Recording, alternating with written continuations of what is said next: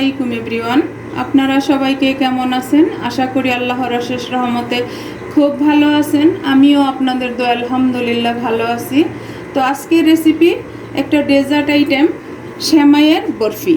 তো এই সেমাইয়ের বরফিটা বানানোর জন্য আমি এই যে চিকন যে সেমাইটা আছে, আমাদের এখানে এটা পাকিস্তানি সেমাই। তো এই পাকিস্তানি সেমাইটা আমি এক প্যাকেট নিয়ে নিছি, এখানে 100 গ্রামের মতো আছে। তো এই সেমাইটা প্রথমে আমি রান্না করে নিব। তো এর জন্য এই যে একটা ফ্রাই প্যান বসাই দিছি। এখন ফ্রাই প্যানটাতে আমি চুলাটাও জ্বালাই দিছি। এখন এখানে আমি 2 চামচ ঘি দিয়ে দিব। এই যে দিয়ে সেমাইটাকে একটু ভেজে নিব আর কি এই ঘিয়ের মধ্যে। এই যে দিয়ে দিলাম। আর সেমাইটা তো লম্বা থাকে, আমরা সবাই জানি। তখন এই সেমাইটাকে একটু ভেঙে নিছি, গুঁড়া করে নিছি আর কি, আধা ভাঙা, পুরোপুরি না। এই যে, আর চুলার আঁচটা আছে মিডিয়ামে। তো আমার প্রিয় ভাই বোনেরা, যদি এই সেমাইয়ের বরফিটা আপনাদের কাছে একটু ভালো লাগে তাহলে কিন্তু আমার চ্যানেলটাকে অবশ্যই সাবস্ক্রাইব করবেন, লাইক করবেন, শেয়ার করবেন এবং কমেন্টস করবেন। আর নতুন যারা আছেন তাদেরকে আমার চ্যানেলে স্বাগতম, পুরাতন যারা আছেন তাদেরকে অসংখ্য অসংখ্য ধন্যবাদ এতদিন যাবৎ আমার সাথে থাকার জন্য। প্লিজ আমার ভাই বোনেরা, এই যে দেখেন সেমাইটা আমার ভাজা হয়ে গেল। এখন এই পর্যায়ে আমি দিব কনডেন্স মিল্ক। আর এই সেমাইটা বানানোর জন্য, মানে বরফিটা বানানোর জন্য কিন্তু 2টা উপকরণই লাগে, আর কিচ্ছু লাগে না। এই যে এখন আমি 1 কাপ কনডেন্স মিল্ক দিয়ে দিব। আর এখানে আমি কোনো চিনিও দিব না, কিচ্ছু দিব না। এই কনডেন্স মিল্কের মিষ্টিটাতেই আমার সেমাইটা মিষ্টি হয়ে যাবে। এখন যদি আপনারা চান কেউ এর চাইতে বেশি মিষ্টি দেওয়ার জন্য, তাহলে টেস্ট করে তারপর আপনারা চিনিটা দিয়ে নেবেন। এখন এটাকে আমি এটার সাথে ভালোভাবে একটু মিশিয়ে নিব। আর চুলার আঁচটা এখন লো করে দিব। মাশাল্লাহ মাশাল্লাহ, কনডেন্স মিল্কের ফ্লেভার, ঘিয়ের ফ্লেভার একসাথে হয়ে এত সুন্দর একটা ফ্লেভার আসতেছে। তো বাসায় না করলে কিন্তু বুঝতে পারবেন না আমার প্রিয় ভাই বোনেরা। পর্যায়ে আমি সামান্য একটু পানি দিব। এই চামচে মাপলে 2 চামচের মতো হবে, কারণ কনডেন্স মিল্কটা তো আঠালো। একটু পানি দিলে সেমাইটা একটু নরম হয়ে যাবে আর কি।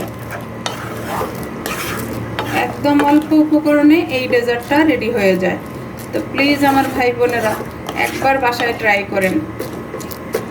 এখন এই পর্যায়ে দিব 7-8টা কাঠবাদাম গুঁড়া করে রাখছি, এই গুঁড়াটা এখানে দিয়ে দিব। এটা অপশনাল, আপনারা চাইলে দিতেও পারেন, আবার না দিলেও চলবে। এখন আমার এই সেমাইটা কিন্তু একটু সাদা, এটার অনেকগুলি হয় একটু রেড কালারের মধ্যে, আবার অনেকটা হয় সাদা। এই আমার সেমাইটা আজকে যে সেমাইটা নিয়ে আসছে এটা হলো সাদা, এই জন্য আমি 1 পিঞ্চ ফুড কালার দিব। আর যখন আপনারা অরেঞ্জ কালারটা আনবেন তখন কিন্তু আর ফুড কালার দিতে হয় না। এই যে দেখেন সেমাইটা আমার রান্না করা হয়ে গেল। এখন এটাকে আমি নামায়া একটা স্টিলের প্লেটের মধ্যে ঢেলে দিব। একেবারে সহজ না? দেখেন, মেহমান যদি বাসায় আসে তখন বসায় রেখেই কিন্তু আপনারা এই ডেজার্টটা রেডি করে নিতে পারবেন। এই যে এখন স্টিলের প্লেটটাতে আমি একটু ঘি দিয়ে প্রথমে মাখায় নিব। এখন এই যে সেমাইটা এখানে ঢেলে দিব। এই যে ঢেলে নিছি। এখন আমি এটাকে এটার মধ্যে এভাবে সমান করে, বরফি যেভাবে বানায় ঠিক সেভাবে আমরা কিন্তু এটাতে বসাই দিব। তো এই কাজটা আমরা সবাই জানি। তো আমি আমার মতো করে বানালাম। আর এই যে বাদামের গুঁড়াটা সেমাইয়ের মধ্যে দেওয়াতে এটার টেস্টটা আরও দ্বিগুণ করে দেয়। তো আপনারা চেষ্টা করবেন সেমাইয়ের মধ্যে এই বাদামের গুঁড়াটা দেওয়ার জন্য। এই যে এটাকে সমান করার জন্য আমি এখন এরকম একটা চামচ নিয়ে নিলাম, তাহলে একদম সুন্দরভাবে সমানটা হয়ে যাবে। তো প্লিজ আমার ভাই বোনেরা, কার কার ভালো লাগে আমার এই আজকের ডেজার্ট আইটেমটা অবশ্যই কিন্তু জানাবেন। আর যারা ফেসবুক পেজ থেকে দেখতেছেন তারা আমার পেজটাকে লাইক, শেয়ার, কমেন্টস করে দিবেন। এখন এটার উপরে আমি একটু গুঁড়া দুধ ছিটাই দিব। এই যে দুধটা এইভাবে ছিটাই দিব। দেখতেও লোভনীয় হবে আর খেতেও কিন্তু টেস্টটা আরেকটু বাড়িয়ে দিবে।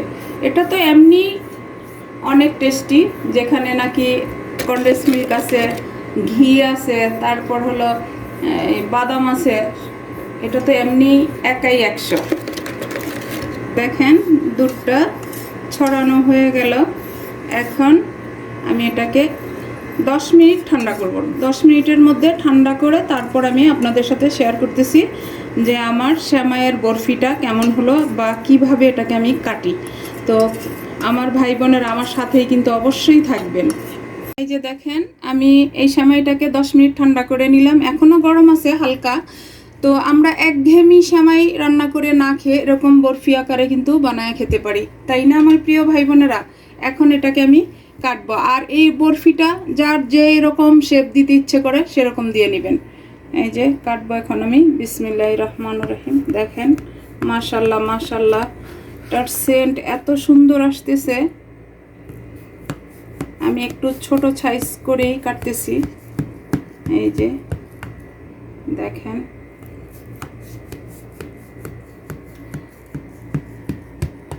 তো প্লিজ আমার ভাই বোনেরা এই ডেজার্টটা একবার বাসায় করেন, করে খেয়ে দেখেন। এই সাইডটা একটু কেটে নিলাম যাতে সমান হয় আর কি। এই যে আমি এইভাবেই কাটলাম। দেখেন মাশাআল্লাহ,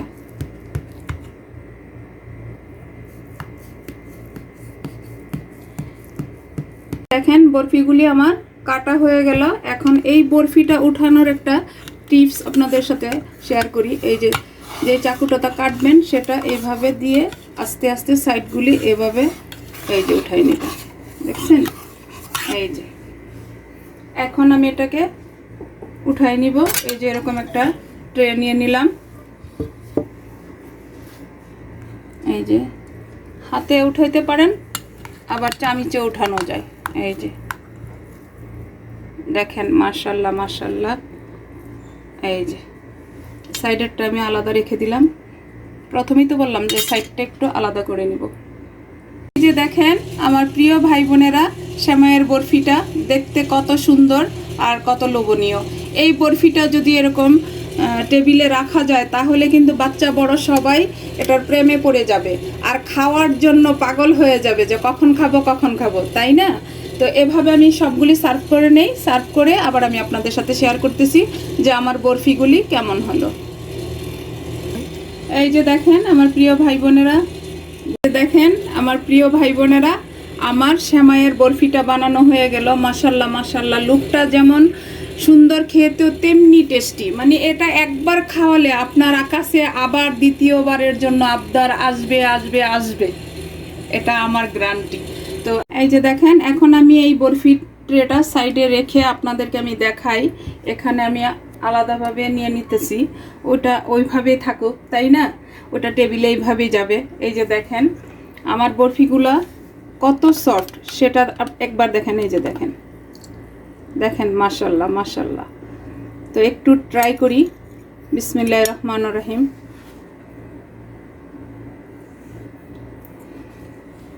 আলহামদুলিল্লাহ আলহামদুলিল্লাহ। এই বরফিটা যদি বাসায় বানান, মানে মিষ্টির দোকানের বরফি ফেল। তো আমরা একঘেয়েমি সেমাই না খেয়ে আমরা এই সেমাই দিয়ে কিন্তু বরফিটা বানায় খাইতে পারি, তাই না আমার প্রিয় ভাই বোনেরা? তো যাই হোক, আজকে আমার সেমাইয়ের বরফি বানানো শেষ হয়ে গেল। আমি আপনাদের কাছ থেকে বিদায় নিব, আবার নতুন কোনো রেসিপি নিয়ে আসব। আল্লাহ হাফেজ।